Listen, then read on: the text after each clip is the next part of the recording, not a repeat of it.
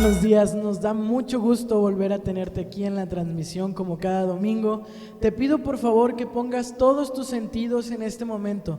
Este es el momento en el que tienes una comunión con Dios, en el que le alabas y escuchas su palabra, en el que pones todas tus peticiones, todas tus acciones de gracias. Entonces te pido de la manera más atenta que le hables a tu familia, le hables al que tienes al lado y se enfoquen solamente en Dios y se enfoquen en esta transmisión. Entonces vamos a darle comienzo al grupo de alabanza con Jesús es mi Rey.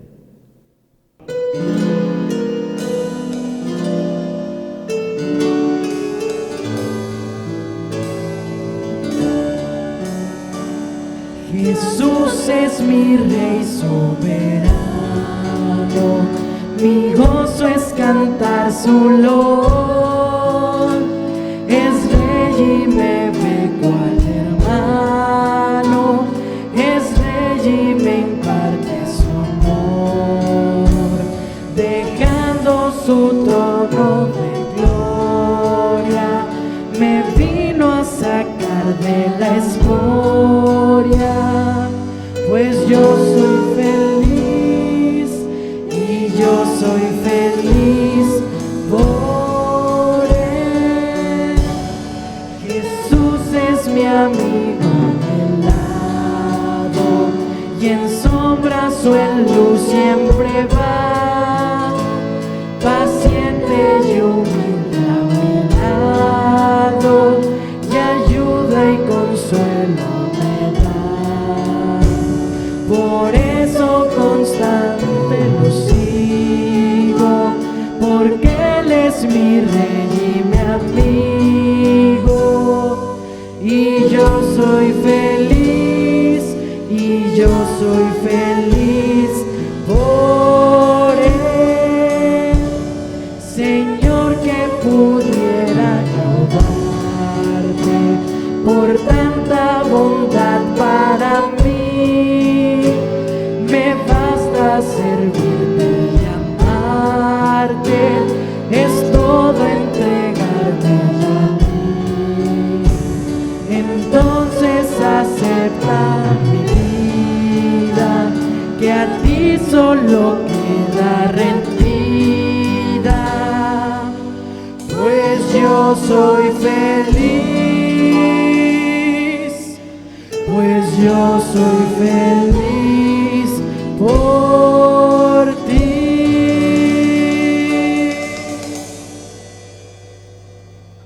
Todas las cosas que hagas, hazlas para Dios, no a nosotros, no es para nosotros, es para Él. Así que acompáñanos a contar, no a nosotros.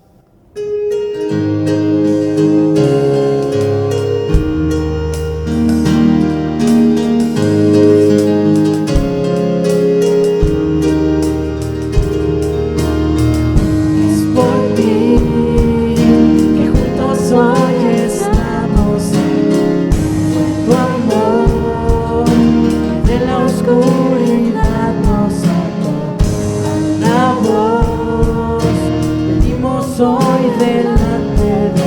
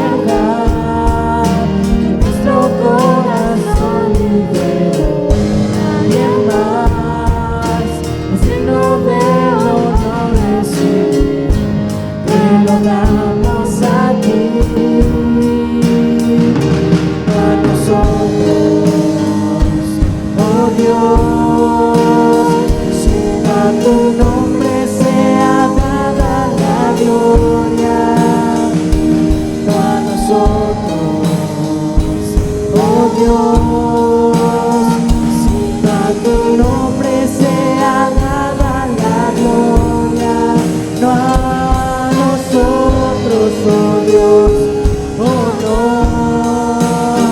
si a tu nombre sea dada la gloria, no a nosotros, oh Dios.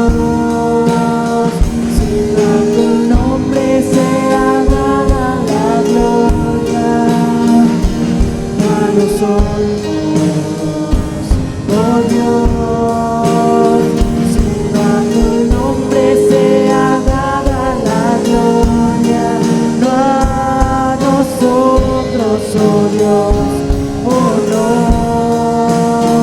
si a tu nombre sea dado la gloria, a tu nombre sea dada la gloria.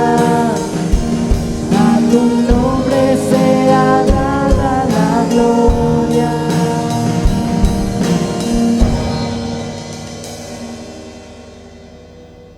Muy bien, ahora continuamos con este bonito canto llamado Abre mis ojos, oh Cristo.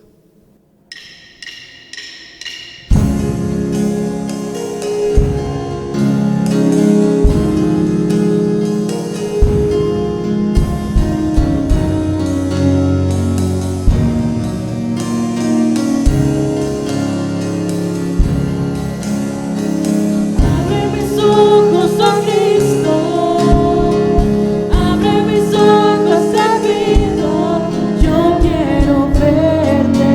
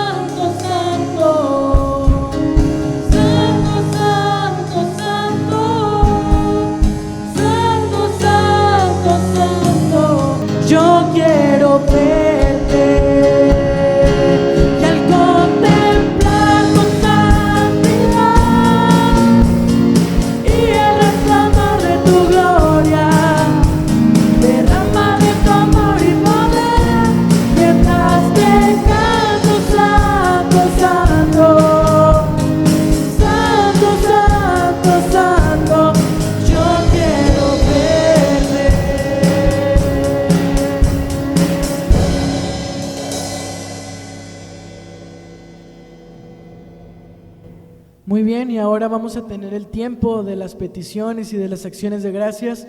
Si tú tienes alguna necesidad en tu corazón, alguna necesidad en tu vida, te pido que lo compartas con alguno de tus hermanos, y en este momento te pido que ores conmigo y pidas por esa necesidad que tienes. También si tienes alguna acción de gracias, algo que te pasó, algo bueno, también te pido que se lo agradezcas a Dios. Vamos a orar. Dios, te doy muchas gracias, Señor, por el momento que me permites vivir. Te doy gracias por mi familia, te doy gracias por todos los amigos que me rodean, mis hermanos. Te pido que a cada uno de ellos los bendigas grandemente y los cuides y los protejas de cualquier mal que ellos puedan tener en sus vidas. Te pido que la salud que has tenido para con nosotros la sigas manteniendo. Protégenos de cada posible bacteria, posible virus que nos pudiera llegar a contagiar. Tú eres más fuerte que todos ellos, Señor. Tú eres todopoderoso y eres más grande que cualquier cosa. Te agradezco por todas las cosas buenas que les hayan pasado a mis hermanos, y te agradezco por las cosas buenas de mi vida. Te pido todo esto y te agradezco en el nombre de tu Hijo Jesús. Amén. Ahora vamos a tener una lectura de la palabra de Dios en 1 Corintios 12, del 12 al 17. De hecho, aunque el cuerpo es uno solo, tiene muchos miembros, y todos los miembros, no obstante ser muchos, forman un solo cuerpo. Así sucede con Cristo. Todos fuimos bautizados por un solo espíritu para constituir un solo cuerpo, ya seamos judíos o gentiles, esclavos o libres, y a todos se nos dio a beber de un mismo espíritu. Ahora bien, el cuerpo no consta de uno solo miembro, sino de muchos. Si al pie dijera, como yo soy mano, no soy del cuerpo, no por eso dejaría ser parte del cuerpo. Si la oreja dijera, como no soy ojo, no soy del cuerpo, no por eso dejaría de ser parte del cuerpo. Si todo el cuerpo fuera ojo, ¿qué sería del oído? Si todo el cuerpo fuera oído, ¿qué sería del olfato? En realidad, Dios colocó cada miembro del cuerpo como mejor le pareció. Si todos ellos fueran un solo miembro, ¿de qué sería el cuerpo? Lo cierto es que hay muchos miembros, pero el cuerpo es uno solo. El ojo no puede decir de la mano, no te necesito, ni puede la cabeza decirle a los pies, no los necesito. Al contrario, los miembros del cuerpo que padecen más débiles son los más indispensables. Y a los que nos parecen menos honrosos los tratamos con honra especial, y se les trata con especial modestia a los miembros que nos parecen menos presentables, mientras que los más presentables no requieren de tanto especial. Así Dios ha dispuesto a los miembros de nuestro cuerpo, dando mayor honra a los que menos tenían, a fin de que no haya división en el cuerpo, sino que sus miembros se preocupen por igual unos por otros. Si uno de los miembros sufre, los demás comparten su sufrimiento, y si uno de ellos recibe honor, los demás se alegran con él. Ahora bien, ustedes son el cuerpo de Cristo, y cada uno es miembro de ese cuerpo. Así como el pasaje que acabamos de leer, somos un cuerpo en Cristo. Todos los miembros del cuerpo debemos mostrar unidad. Así que cantemos el siguiente canto.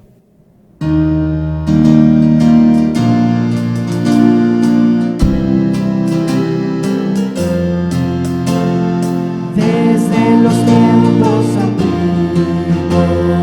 Dios ha guiado a su pueblo por los senderos de lucha, por los senderos de paz. Y hoy, como siempre, el Señor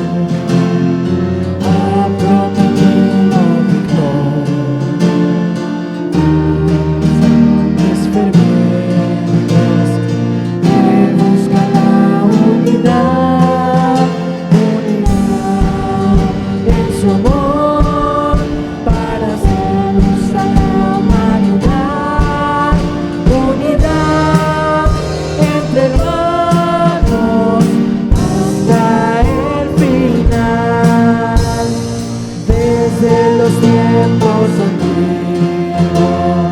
Dios ha guiado a su pueblo por los senderos de lucha, por los senderos de paz. Y hoy, como siempre, el Señor ha prometido a corazones fervientes que buscan la unidad en su amor para hacer luz a la humanidad, unidad entre hermanos hasta el final, unidad en su amor para hacer luz a la humanidad, unidad entre hermanos hasta el final. Muy bien, así como terminamos el periodo de alabanza, comienza el más importante, que es recibir la palabra de Dios, a cargo de nuestro pastor Mario Carranco.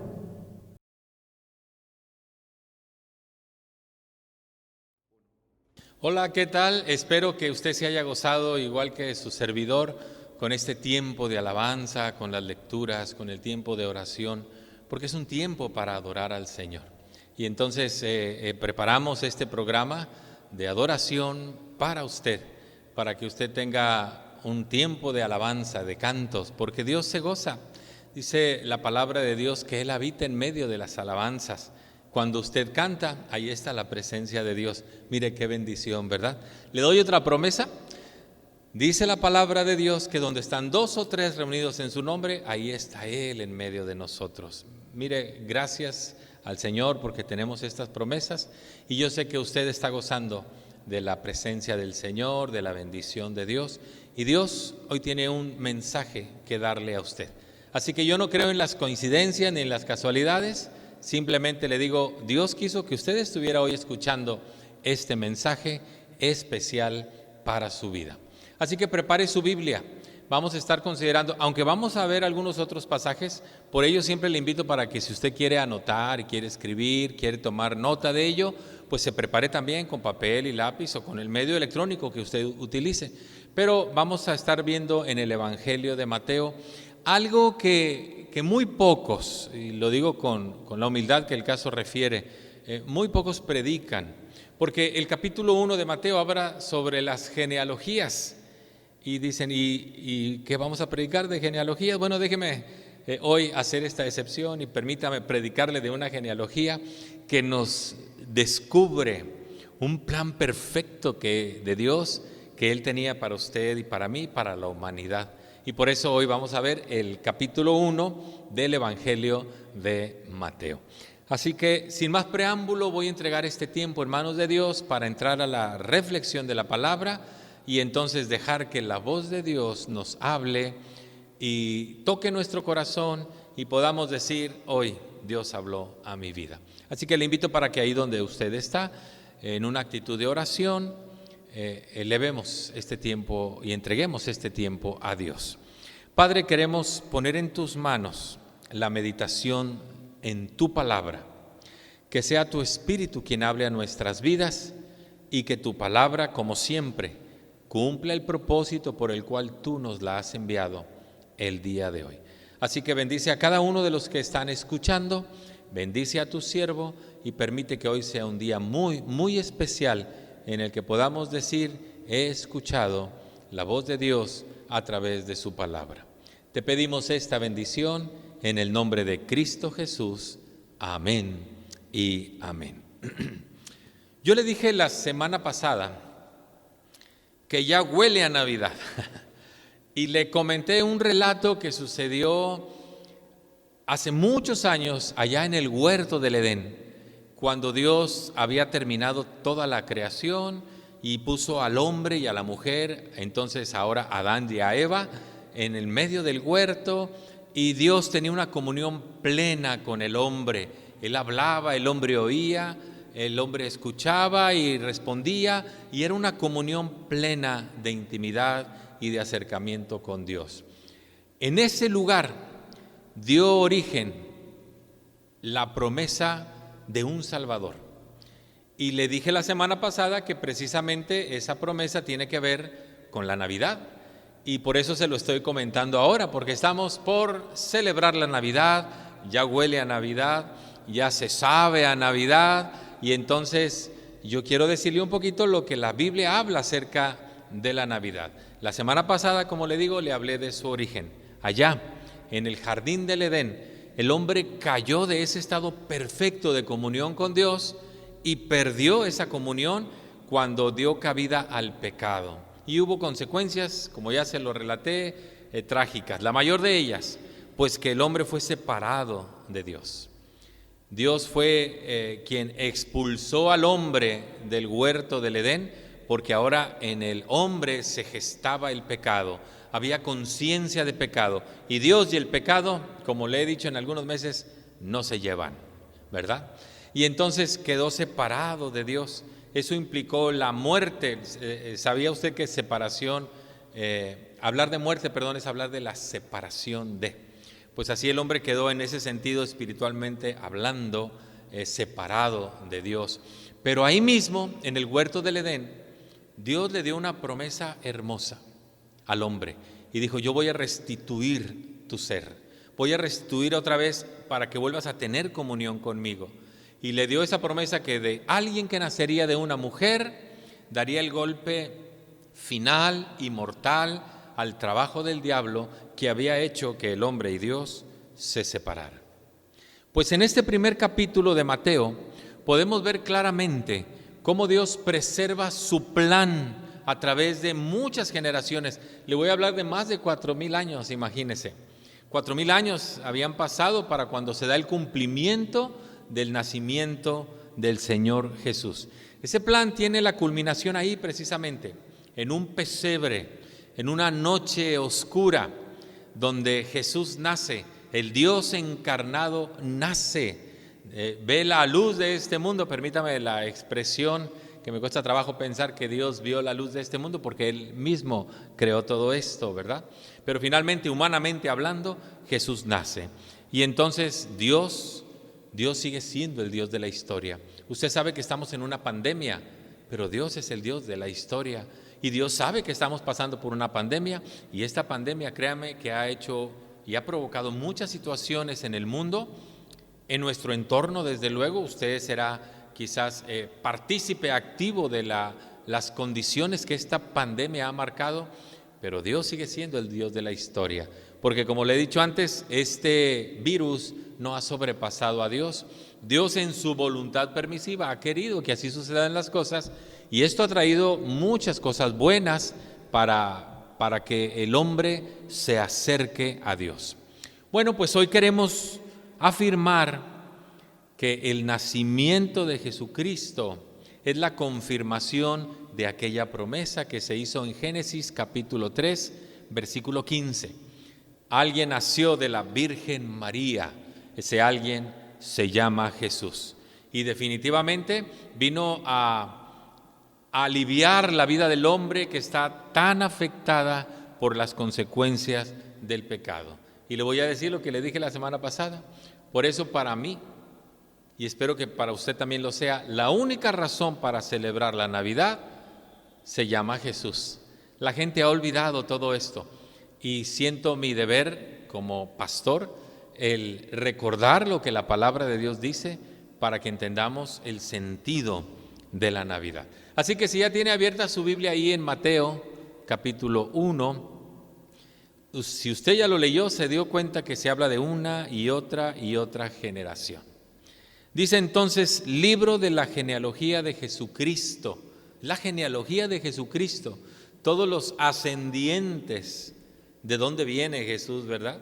Todos los ascendientes de antes hasta que llegó el Señor Jesús. Y así inicia el versículo 1, libro de la genealogía de Jesucristo. Luego dice, hijo de David, hijo de Abraham. En esa ascendencia está el rey David, quien fuera rey del pueblo de Israel, Más arriba está Abraham. Y precisamente Mateo, cuando escribe este evangelio, quiere que quede bien claro que Jesús viene de esa línea de genealogía, porque ese es el pueblo de Israel precisamente. Jesús viene del pueblo de Israel. Y Dios llamó a Abraham y de ahí formó la nación de Israel y de ahí viene el Señor Jesús. Por un lado, Abraham representa a los patriarcas. Los patriarcas se les ha dado el nombre, este nombre a Abraham, a su hijo Isaac y a su nieto Jacob. Ellos tres son los padres de la nación hebrea, de ahí viene la palabra patriarcas. Pero Abraham fue el primero que tuvo como hijo a Isaac, que tuvo como hijo a Jacob, y ahí empieza esa genealogía. Entonces Mateo quiere que quede bien claro que Jesús viene por esa línea, y también quiere que quede bien claro que si Jesús es descendiente del rey David, trae ascendencia real. Y se hablaba del rey de los judíos. Usted recuerda esa expresión que le pusieron a Jesús como título ahí en la cruz. Este es el rey de los judíos. Y él tiene un reinado no propiamente físico, sino más allá de todo lo físico. Él sigue siendo rey y sigue gobernando. Pues así comienza este evangelio de Mateo en el capítulo número 1. Y al primero de quien habla es a Abraham. Abraham fue aquel a quien Dios llamó. Abraham vivía en Ur de los Caldeos y le dijo: vete de tu tierra, vete de tu parentela a una tierra que yo te voy a mostrar. Usted sabe esa historia, ¿verdad? Buscando la tierra prometida que Dios le había dado a Abraham, le había prometido a Abraham. Y dice la palabra de Dios que Abraham salió sin saber a dónde iba, pero con su fe puesta en Dios, sabiendo que iba a heredar una tierra. Y fue a Abraham a quien Dios le dijo: voltea al cielo y cuenta las estrellas si puedes. Mira la arena del mar y trata de contarla, pues así voy a hacer una descendencia de ti. Imagínese, Abraham, le quiero recordar que era un hombre ya mayor de edad, que vivía con Sara, era esposo de su esposo, era Sara, y Sara era estéril. Imagínese, vete de tu tierra, de tu parentela, te voy a dar una tierra a ti, de ti voy a hacer una nación grande como las estrellas del cielo o la arena del mar, y de ti va a nacer un hijo. Y entonces por eso se le llama a Abraham el padre de la fe. Era difícil de creer esto, mas sin embargo esa fue la promesa que Dios le dio a Abraham. Y finalmente Abraham obedece, sale de su tierra, deja a su familia, solamente sale con Sara, con un tío, con un sobrino, en fin, sale Abraham. Lo que le quiero decir es que en la promesa dice: y en ti, de esa descendencia, serán benditas todas las naciones. Ese es el mensaje universal del evangelio para todo el mundo, porque precisamente de Abraham nace Jesús, que vino a recordarnos que en él hay perdón de pecados, hay comunión con Dios, hay promesa de una vida eterna. Por eso se le dijo: en ti serán benditas, en esa descendencia serán benditas todas las naciones. Ese fue Abraham. Después dice que de Abraham nace Isaac. ¿Sabe usted bajo qué circunstancias nace Isaac? Dicen los teólogos que Isaac es un tipo de Cristo.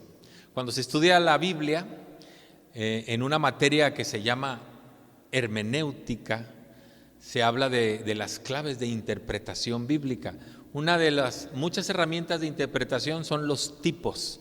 Entonces se dice que Isaac es tipo de Cristo. ¿Por qué? Porque Isaac fue un hijo prometido a Abraham, que fue concebido bajo circunstancias muy especiales, como lo fue Jesús. Porque María concibió por obra y gracia del Espíritu Santo, sin intervención del hombre. Y pues aquí también Isaac fue concebido bajo circunstancias muy especiales. Y en otro sentido, Isaac también fue ofrecido en sacrificio, como Jesucristo fue ofrecido en sacrificio. Esto es lo que hace a Isaac ser un tipo de Cristo. Pero ahora le digo, mire, cuando Abraham tenía 100 años, imagínese, yo creo que no tengo yo alguien que esté escuchando que tenga 100 años. Si lo tengo, tiene usted todos mis respetos. Pero Abraham tenía 100 años cuando Dios le habló y le dijo: Abraham, te voy a dar un hijo de Sara. Y entonces, ¿sabe qué dijo Abraham? Esto que le estoy relatando está en Génesis 17, del 15 al 19. Abraham le contestó, allá en el versículo 17, Abraham se postró sobre su rostro, se rió y dijo en su corazón, ¿a hombre de 100 años ha de nacer hijo? Era muy lógica su pregunta, ¿verdad? Y luego vuelve a preguntar, ¿y Sara, ya de 90 años, ha de concebir? Mire que lo que es imposible para los hombres es posible para Dios. Nunca pierda la fe. Sosténgase ahí en la promesa del Señor. Y esto fue algo que Dios le dijo a Abraham. Y por eso Isaac se convierte en un tipo de Cristo, ¿verdad? En un tipo de Cristo. Bajo esas condiciones nace Isaac cuando Abraham tiene 100 años y Sara tiene 90. Ella queda embarazada, pasa el tiempo requerido y nace Isaac, el hijo de la promesa, ¿verdad? Y el otro sentido en el que es parecido a Cristo o tipo de Cristo es que fue ofrecido en sacrificio. Ese relato se describe en Génesis 22, en los primeros versículos. Dios, cuando Isaac ya tenía alrededor de 13, 14 años, quiso probar a Abraham. Dios quiso probar a Abraham cuando Isaac era un adolescente. Y entonces le dijo, toma ahora tu hijo, tu único, a Isaac, a quien amas. Así se lo dijo Dios. Y vete a tierra de Moria, allá había un monte alto, y ofrécelo en holocausto. ¿Sabe qué le estaba pidiendo Dios a Abraham? Sacrifícame a tu hijo. ¿En verdad me amas? ¿En verdad crees lo que yo te he dicho? Y mire todo el conflicto de Abraham. A ver, tú me dijiste que me fuera de mi tierra, que me ibas a dar una tierra especial. Me prometiste que mi descendencia iba a ser como la arena del mar y como las estrellas del cielo. En mi vejez me permites tener un hijo. Pues yo ya tengo 113 años o 114, yo no sé cuántos tendría. Hoy me estás pidiendo que lo sacrifique. ¿Cómo le voy a hacer? Abraham pudo haber pensado todo esto y seguramente pasó por su mente, pero no lo dudó. Dijo, si Dios lo dijo, Dios lo va a hacer. Y dice que al día siguiente preparó las cosas que necesitaba para el holocausto, los puso en un asno, invitó a 2 criados que tenía trabajando para él, tomó a su hijo, se preparó con la leña, el fuego, y allá van al monte de Moria. Habían caminado 3 días. Isaac estaba acostumbrado a ver a su papá hacer sacrificios. Y le dijo, vente Isaac, vamos a ir a ofrecer sacrificios. Yo me imagino que no le dijo nada a Sara. Abraham no le dijo nada a Sara. Porque mire, no le podría decir, oye mi amor, ahorita vengo, voy a ir a ofrecer sacrificios. Vamos a sacrificar a Isaac porque me lo pidió Dios. Se imagina la angustia de Sara. Y le dijo, me imagino que le dijo, no lo dice la Biblia, me lo imagino, pues vamos a adorar a Dios. Después venimos. Tenían 3 días de camino, ve el monte a lo lejos y le dice a sus siervos, quédense aquí. Agarra la leña, el fuego y ahí va caminando con Isaac. Y le dijo, quédense aquí y vamos a volver. Yo no sé qué pasó por la mente de Abraham, ¿verdad? Pues llegan al monte y mientras van caminando, Isaac como que dice, se me hace que mi papá ya está viejo, se le están olvidando las cosas. Y le dijo, papá, pues aquí está la leña y el fuego, pero el cordero para el sacrificio. Y imagínese, el corazón de Abraham ha de haber brincado y dijo, Dios proveerá, hijo, no te preocupes, Dios proveerá un cordero para el sacrificio. Llegaron a lo alto del monte, prepararon ahí una pila de piedras donde ponían la leña y luego ahí se ponía el cordero que se iba a sacrificar, el carnero, lo que fuese, y luego ahí se degollaba, se ataba y se degollaba para ofrecerlo a Dios. Pues cuando ya tenía la piedra y la leña lista, me imagino el corazón de Abraham y quizás su rostro empapado en lágrimas, abraza a su hijo, quizás lo besa y lo empieza a atar y lo amarra. Isaac, quizás con los ojos desorbitados y asustado, Isaac ve que su papá lo carga y lo pone en el altar de sacrificio. Luego, ya estando listo todo para ser degollado, Abraham alza su cuchillo y cuando está a punto de hacer lo que Dios le había pedido, Dios le habla y le dice, Abraham, no levantes tu mano contra el muchacho. Ahora sé que me amas, ahora sé que me obedeces. En ese sentido le digo que Isaac fue un tipo de Cristo, porque fue ofrecido como sacrificio. Y mire qué historias tan tremendas. Dios iba a cumplir un plan, necesitaba a Abraham, necesitaba a Isaac, y ahora ahí estaba probando la fe de Abraham. A Abraham se le conoce como el padre de la fe. Cuando él voltea a ver la voz que le hablaba, ¿sabe qué vio? Un cordero trabado con los cuernos ahí en un zarzal.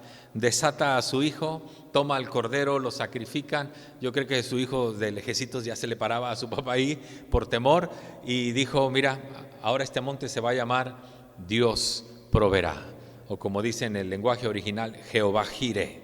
Jehová Jireh es Dios proveerá. Así pasa la vida de Isaac, imagínense. Bueno, pues es la genealogía de Jesucristo. Empieza todo con Abraham, sigue Isaac. Pasan los años e Isaac se casa con una mujer llamada Rebeca, muy guapa desde luego, y de esa mujer, de Rebeca, nace unos gemelos, Esaú y Jacob. El que viene en la descendencia de Abraham, Isaac, el siguiente es Jacob. Jacob tuvo una vida muy conflictiva. Al nacer como gemelo, entendíamos que Esaú era el mayor, era a quien le tocaba ese privilegio de seguir en la línea genealógica. Pero finalmente Esaú quizás no tenía el temple o el carácter y Dios dijo, será Jacob. Y un día Esaú decide vender su primogenitura por un plato de lentejas. Y le dijo, ¿me vendes tu primogenitura? Y dijo, sí, claro, a mí no me importa mucho eso. La primogenitura era pues tener el privilegio de ser el primero y recibir la bendición especial de voz de su padre, ¿verdad? Recibir una bendición especial por parte de él. Pues así es la historia de Jacob. La verdad que sí le interesaba la primogenitura, porque cuando Jacob es bendecido por Isaac su padre, que ya estaba anciano, lleno de días, ya era ciego, ya no podía ver desde luego, y entonces bendice a Jacob creyendo que es Esaú. Esaú se molesta tanto que le dice a su hermano, voy a esperar que mis padres mueran y te voy a matar. Imagínense entre hermanos esto, la historia de dónde viene Jesucristo, imagínense. Y entonces Jacob, temeroso de eso, sale de ahí y finalmente se va lejos de la familia por las amenazas de su hermano. Andando por allá, lejos de la familia, ve a una mujer muy guapa, esa mujer que le dije que se llama Rebeca, y entonces le dice a su papá, me quiero casar con tu hija. Y su papá le dice a Jacob, ¿te gusta mucho? Sí, claro que me gusta mucho. Y entonces le dijo, bueno, pues vas a tener que trabajar 7 años para mí. 7 años tuvo que trabajar Jacob para poder casarse con Rebeca. Y entonces trabaja arduamente esos 7 años. Después de cumplidos los 7 años, dice, pues ya trabajé para ti. Se hace la fiesta, se hacen los preparativos. Y cuando el papá entrega a la novia, ¿qué cree? Entregó a la hija mayor, que no era Rebeca, era Lea. Una mujer que la Biblia la describe como de delicados ojos. Y entonces Jacob le dice, oye, pero yo no trabajé por ella, yo trabajé por la otra. Y le dice el padre, nada más que aquí el orden es que primero se casa la mayor y después la otra. Pues es que yo quiero a tu otra hija, la menor. Dice, bueno, pues si quieres a mi otra hija tienes que trabajar otros 7 años por mí. Así que ahí tienen a Jacob trabajando 14 años por la mujer que él amaba. Cosas como estas pasaron en la vida de Abraham, Isaac, Jacob. Así es la situación con las genealogías, ¿verdad? El relato se lo estoy diciendo de Génesis capítulo 49. Jacob tuvo 12 hijos. De esos 12 hijos viene toda la nación de Israel, de esos 12 hijos. De hecho, Génesis 49, 28 dice, todos estos fueron las 12 tribus de Israel, y esto fue lo que su padre les dijo ya cuando iba a morir Jacob. Les dio instrucciones de dónde quería ser sepultado y demás, y ahí muere. Pero de esos 12 hijos empieza la nación de Israel. ¿Qué sigue más adelante? El versículo 2 está Abraham, está Isaac, está Jacob y luego viene Judá. Judá fue el cuarto hijo de Jacob. ¿Y qué sucedió con este hombre llamado Judá? Creo que era el que tenía el temple, el carácter y la forma para ser ascendiente de Jesús. Y entonces relata la historia bíblica que Judá tiene dos hijos. Cuando esos dos hijos tiene tres hijos, dos hijos mayores y uno menor. Cuando esos dos hijos crecen, obviamente el mayor se casa con una mujer llamada Tamar. Sucede que todavía no tenían hijos cuando el hijo mayor muere. Y entonces entre los judíos había una ley que se llama la ley del levirato. El otro hijo que seguía debería de dar descendencia a su hermano, casándose o tomando por mujer a la esposa de su hermano. Leyes y costumbres judías, ¿verdad? Y entonces le dice Judá a su hijo: hoy necesitas levantar descendencia a tu hermano. El hijo, tratando de cumplir, dice: está bien, pero no quería levantar descendencia. Y dice la palabra de Dios que también muere sin levantar descendencia. Y tenía un hijo menor todavía, Judá, pero no lo podía entregar como marido, puesto que era menor de edad. Y le dice a Tamar, su nuera: pues vete a casa de tus padres, vístete de tu viudez y espera a que mi hijo crezca. Sabe que la verdad, Judá ya no quería nada con Tamar. Quizás pensaba que por causa de ella, por no ser una mujer israelita, estaban muriendo sus hijos. Vaya usted a saber qué pensaría Judá, pero nunca puso en su corazón realmente esperar a que su hijo creciera para luego levantar descendencia a sus hermanos. Y así pasaron los años. Tamar se fue a casa de su padre, esperando aquel tiempo de benevolencia, porque mire, una mujer viuda era vivir una afrenta en el pueblo judío. No tener descendencia, no tener marido, en un sentido eran marginadas las viudas. Y entonces ella esperaba ansiosamente que creciera el hijo de Judá para ser entregado como esposa y levantar descendencia, porque eso le daba honra. Y todo esto viene en la genealogía de Jesucristo. Bueno, sucede que el hijo menor crece, pero Judá se olvida de esa ley y no lo quiere entregar. En el pasar del tiempo, Judá iba a pasar por el lugar donde vivía Tamar. Tamar se da cuenta que su suegro va a pasar por ahí y pone en su corazón el ir a buscarlo, pero como viuda, ella no podía salir al camino. Eso lo podían hacer las mujeres prostitutas. Y entonces ella se quita la ropa de su viudez, se pone ropas de prostituta y se va junto al camino. Cuando pasa Judá, la ve y pues quiere tener relaciones con ella. Y ella le dice: ¿y qué me vas a dar? Y Judá le dice: pues un cabrito. Le dice: pero si te vas y no me entregas el cabrito, déjame alguna prenda. Y le dijo: ¿qué quieres que te deje? Y le pidió 3 cosas: el báculo que traía Judá, el cinturón con el que se ceñía la túnica y un anillo que traía. Dame esas 3 cosas. Cuando tú te vayas y me envíes el cabrito, te doy estas 3 cosas. Así sucede la historia. Judá se va, voy a obviar los detalles de esta historia que usted se los imagina. Judá se va, le dice a uno de sus hombres que le ayudaban: lleva este cabrito a la prostituta que está en el camino de fulano de tal. El hombre va con el cabrito y dice: oye, ¿dónde está la prostituta que se pone aquí en el camino? Y le dicen los lugareños: aquí nunca se ha puesto una prostituta. Y entonces se regresa aquel hombre y le dice a Judá: oye, pues no existe esa prostituta que tú dices, dice que ahí nunca se pone nadie. Y entonces Judá dice: bueno, pues allá ella, yo cumplí mi palabra, pues se va a quedar con mis cosas, ni hablar. Pues resulta que pasa el tiempo y se dan cuenta que Tamar está embarazada. ¿Y sabe qué decía la ley? Si una mujer estaba en su viudez y resultaba que estaba embarazada, debería de ser quemada. Qué terrible esto, ¿verdad? Y entonces le dan aviso a Judá y le dicen: Judá, tu nuera está embarazada. ¿Sabe qué dice Judá? Pues que la saquen de la ciudad y la quemen. Y cuando están haciendo eso, Tamar dice: ¿de cuyo dueño son estas cosas? El báculo, el cinturón y el anillo. Es el hombre de quien estoy embarazada.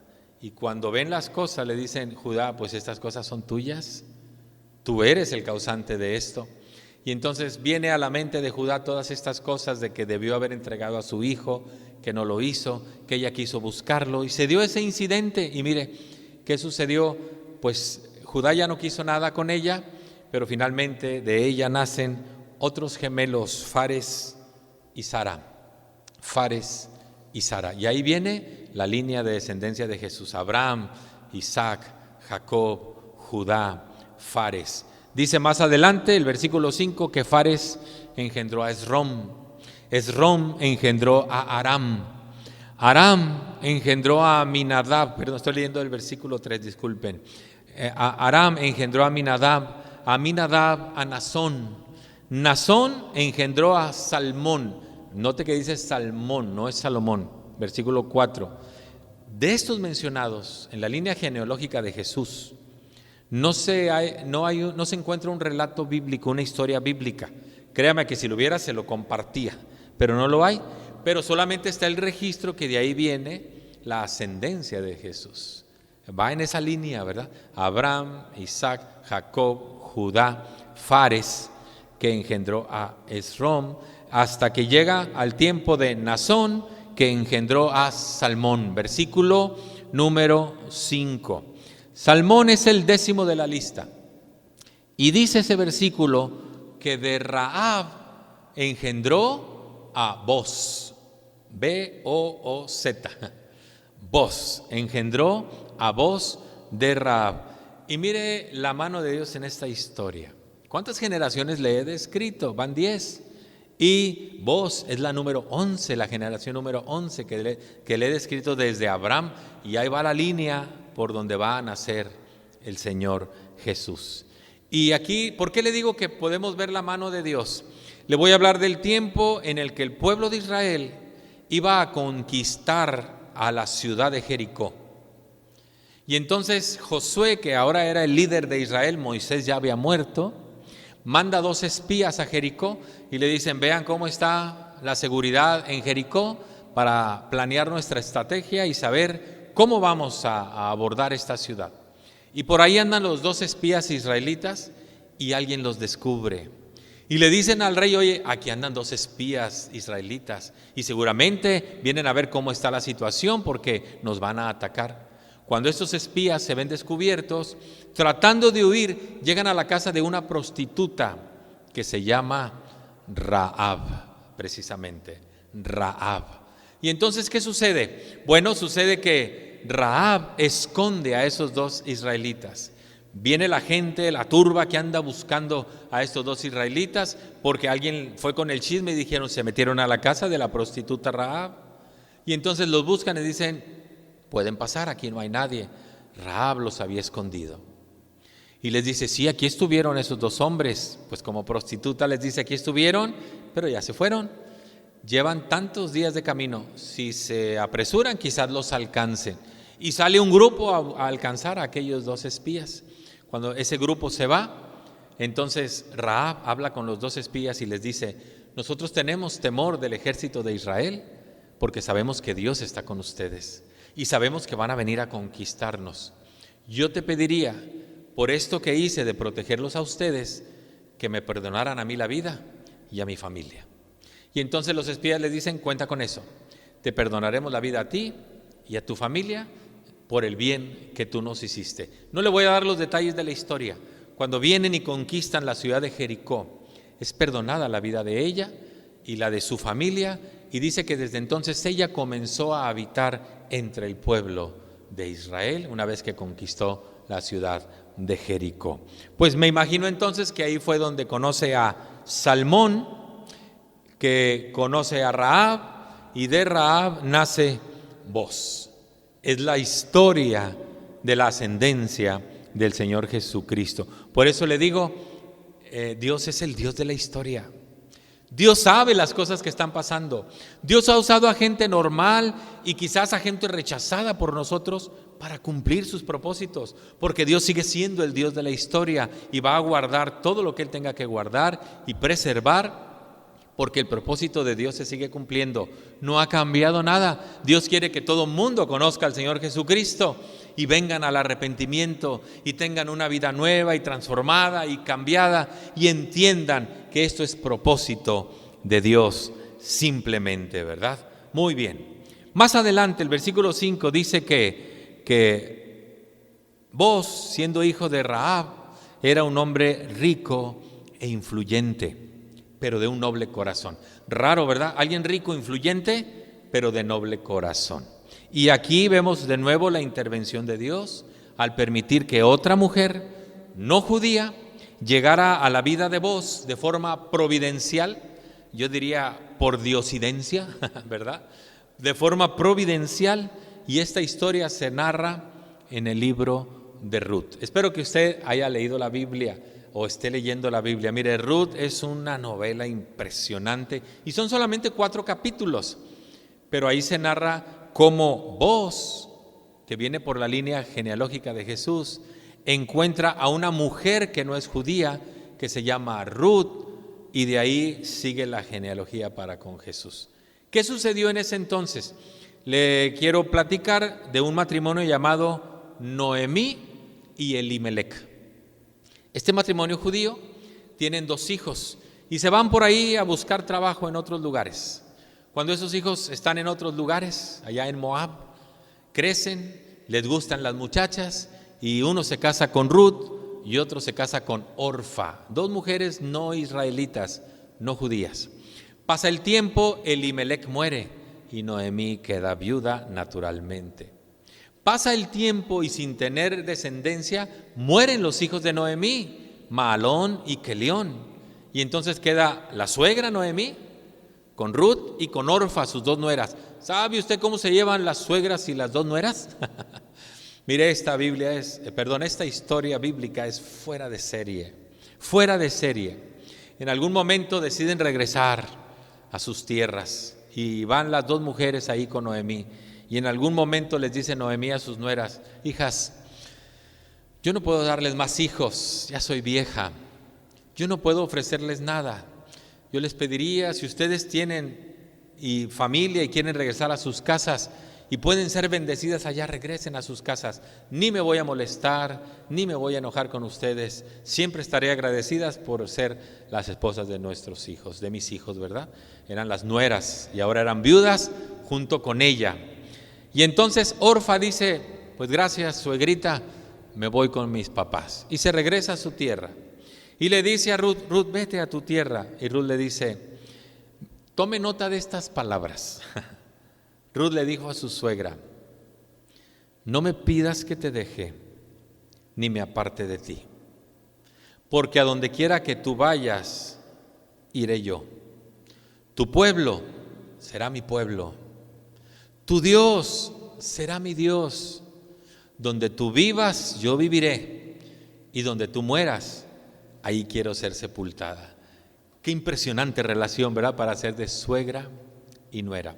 Si usted lee toda la historia, se va a dar cuenta que en esa ley que tenían los judíos de la redención, pues cuando vuelve Noemí y decide vender las tierras, quien comprara las tierras tenía que casarse con Ruth para levantar descendencia a Elimelec. Y por había 2 prospectos, uno de ellos era Boaz, pero el que tenía el primer lugar era otro. Y Boaz los junta a algunos testigos y le dice al pariente: oye, pues a ti te tocaría primero el derecho de redimir la tierra y levantar descendencia con Ruth, la nuera de Elimelec. Y él le dice: yo no puedo hacer eso, te cedo el derecho a ti. Dice: bueno, pues aquí están los testigos. Le cede el derecho, Boaz se casa con Ruth, y ahí viene la línea otra vez, cómo Dios preserva la historia, ¿verdad? Y de esa relación de Boaz y de Ruth nace Obed, del cual no hay registro bíblico, solo se dice que viene en la línea de ascendencia, ¿verdad? Pero de Obed sí dice que el papá de Obed fue Isaí. ¿Y sabe usted quién fue Isaí? Isaí fue nada menos que el papá del rey David. La única mención que se hace de Isaí es en el primer libro de Samuel, capítulo 16. Dios le había dicho al profeta: ve y unge como rey a David. Cuando llega el profeta a la casa de Isaí y le dice, muéstrame a tus hijos, y mire como escalerita, 7. Y entonces le dice, quizás es el mayor el que va a ser el rey, y Dios le dice, no, no es él. Bueno, quizás es el otro, y Dios le dice, no, no es él, hasta que Dios le dice, no mires a su parecer ni a lo alto, porque el hombre mira lo que tiene delante de sus ojos, pero Dios mira el corazón. Y le dijo, ninguno de estos es. El profeta le dice, ¿ya no tienes más hijos? Sí, es el más pequeño, se llama David y está cuidando ovejas. Y entonces le dice, pues tráetelo. Y cuando viene David, Dios le dice, él es, a él lo vas a ungir de rey. David era un adolescente todavía, que no figuraba, que cuidaba ovejas, simplemente de oficio era pastor. Porque entonces le quiero decir con esto que de Isaí nace David, y David es el quien fuera el rey de Israel. De oficio era pastor, como pasatiempo tocaba el arpa. Si usted lee los salmos, usted va a encontrar muchos que dice Salmo de David, Salmo de David. Muchos de los salmos que era ¿cómo le digo? El cancionero o el himnario del pueblo de Israel, muchos de esos salmos los escribió el rey David. Para cuando toma el trono, se habla de 3 reyes de todo el pueblo de Israel. Primero fue Saúl, y luego fue David, y luego fue Salomón, hijo de David. Después de Salomón, el reino se dividió, pero esa es otra historia que después le platicaré.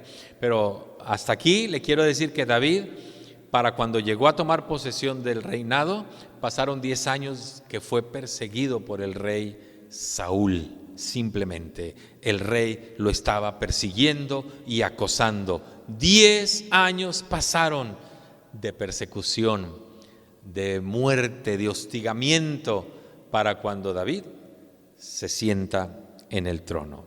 Y Dios le confirma a David que su reino no tendrá fin. Y por eso de ahí viene la línea genealógica de Jesús. Hasta aquí le voy a relatar la historia de la genealogía de Jesús. Y le voy a decir qué nos enseña todo esto. Y se lo voy a decir con frases cortas. Primero, Jesús es el Mesías esperado por los judíos, pero prometido por Dios para restaurar el corazón perdido y lleno de pecado del hombre. Jesús es el Mesías prometido. Segundo, el plan de Dios no es improvisado. Todo cumple un propósito y Dios preserva esa línea genealógica hasta los días del Señor Jesús, porque Dios tiene un plan para la salvación del ser humano, para la restauración del ser humano. Tercero, Dios en su plan contempló a gente pecadora, común y ordinaria como usted y como yo, para cumplir sus propósitos. Y cuarto, que Dios sigue siendo el Dios de la historia. A mí me lo muestra. Todo lo que pasa, Dios lo está permitiendo por alguna razón y se están cumpliendo los tiempos de Dios para lo que Él llamó la segunda venida del Señor Jesús. También después le podría platicar de esto, pero sí le quiero decir, Dios es el Señor de la historia. Y pase lo que pase en nuestro país, llámese coronavirus, llámese nuevo orden mundial, llámese crimen organizado, llámese mafia, corrupción, etcétera, todo está cumpliendo el propósito de Dios en este mundo y desde luego para su pueblo. Para nosotros los que hemos creído y aceptado al Señor Jesús como nuestro Señor y Salvador. Por eso no me voy a cansar de decírselo cada vez que me pare aquí. La única razón para celebrar Navidad se llama Jesús. Y si no celebramos a Jesús, estamos celebrándonos nosotros.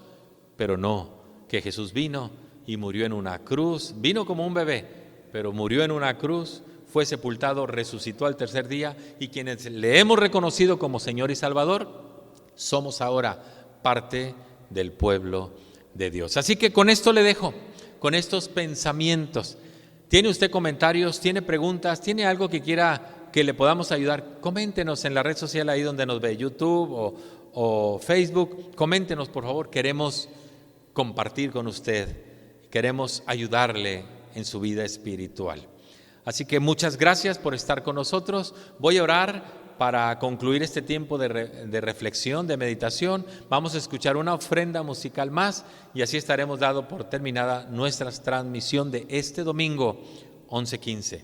Si gusta seguirnos, los martes a las 9 de la noche tenemos un estudio bíblico Y los miércoles tenemos una transmisión en vivo, mi esposa y su servidor, a las 8 de la noche. Así que le esperamos domingos 11:15, martes 9 de la noche, miércoles 8 de la noche. Y si usted está interesado en una reunión con varones o de una reunión para las mujeres o de actividades para los niños, también estamos tratando de proveer para esa necesidad. Solamente escríbanos y nosotros nos pondremos en contacto con usted. Permítame orar.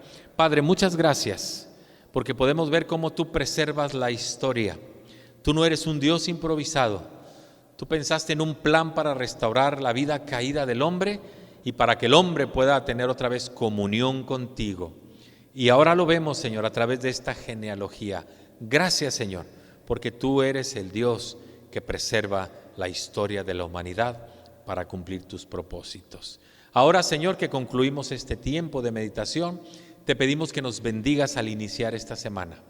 Tú conoces si alguien está pasando por alguna situación crítica, hazle ver que tú estás ahí, Señor. Tú sabes si esta semana vamos a encontrarnos con alguien especial, cumple ese propósito para nosotros. Tú sabes, Padre, si esta semana se abrirán las puertas de un trabajo, si esta semana estarán cambiando situaciones en nuestra vida, yo no lo sé, por eso nos ponemos en tus manos para que nos bendigas en esta semana y caminemos junto contigo. Así, Señor, que tu paz y tu bendición sean nuestras vidas, pues en el nombre de Jesús te lo pedimos. Amén y amén.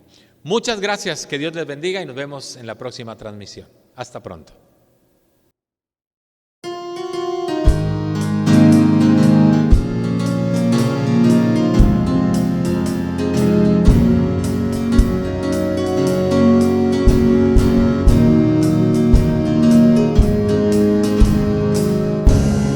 Noble sostén de la esperanza mía, fuente bendita de vida eterna, tan solo el alma en sus fuerzas frías tiene paz, tiene paz. Mi sostén es Jesús, Jesús. La lucha desmayar podré. Mi sostén es Cristo Jesús. Nunca en la lucha desmayar podré. Dura es la lucha, difícil la tarea, mas tú me das de tu gran poder. Mi espíritu renuevas con la idea nueva de vencer, de vencer. Mi sostén es Jesucristo, Jesús. Lucha desmayar podré. Mi sostén es Cristo Jesús. Nunca en la lucha desmayar podré. Yo soy muy débil, pero en ti soy fuerte. Nunca en la lucha desmayar podré. Si tú vas conmigo, ni a la misma muerte temeré. Yo temeré porque mi sostén es Jesús, Cristo Jesús. En la lucha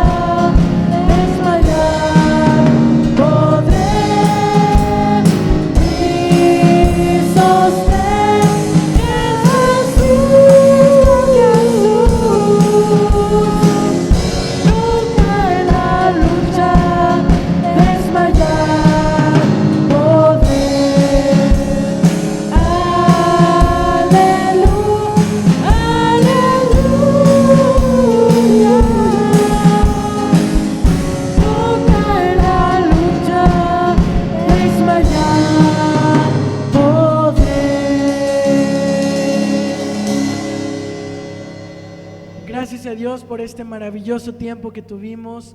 Espero que haya sido de mucha bendición para ti y te esperamos el próximo domingo a la misma hora y pues por el mismo canal. Muchas gracias.